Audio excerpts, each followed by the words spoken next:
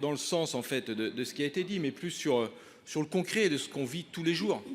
Vous dites que 90% des dossiers sont traités, qu'il n'y a pas de souci. Moi, ce que je peux voir tous les jours dans nos permanences, mes collègues parlementaires et beaucoup d'ailleurs parlementaires de droite, puisqu'on est même amené souvent à signer des courriers avec nos collègues pour justement demander et faire en sorte que ces jeunes puissent à la fois suivre leur cursus, que suivent leur apprentissage et ensuite trouver la place dans l'entreprise dans laquelle ils ont fait cet apprentissage. Donc ça, c'est une vraie réalité.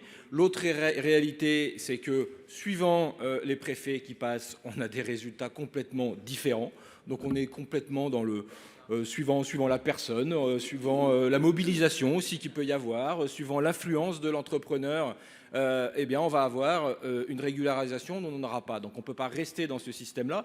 Il me semble que l'amendement 307 de mon collègue Guy Bénaroche justement permet d'encadrer sans aller trop loin, puisque vous avez toujours peur de ce fameux appel d'air et de ce fantasme de l'appel d'air, mais en tout cas permet d'encadrer, mais il y a une vraie nécessité pour sortir de cette absurdité quand même.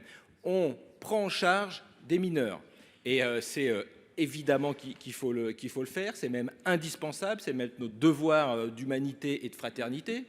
On met de l'argent public pour les former, pour les accompagner, pour leur permettre un cursus d'apprentissage. Et puis, arrive à 18 ans, on va dire stop, OQTF, c'est terminé. Quel intérêt, quel sens il y a là-dedans? Alors là, pour le coup, je fais appel à votre pragmatisme.